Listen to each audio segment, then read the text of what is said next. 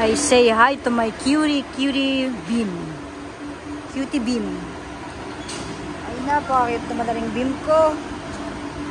Ayan, mga kapoging welder. Ang ating hinang sa ating cute na beam. Ayan. Napakakit talaga ng beam natin.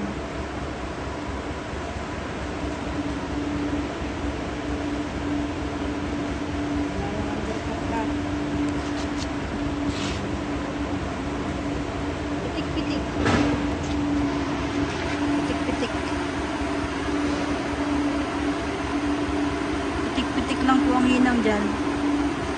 Pero dito hindi. Ito ang hinang na pitik-pitik.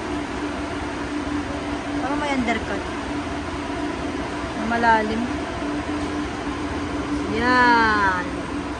Wala pang hinang. Hindi naman taas. Ayan, may kawang. Ayan ang kawang niya, guys. So, mig po yan, mig. Migi!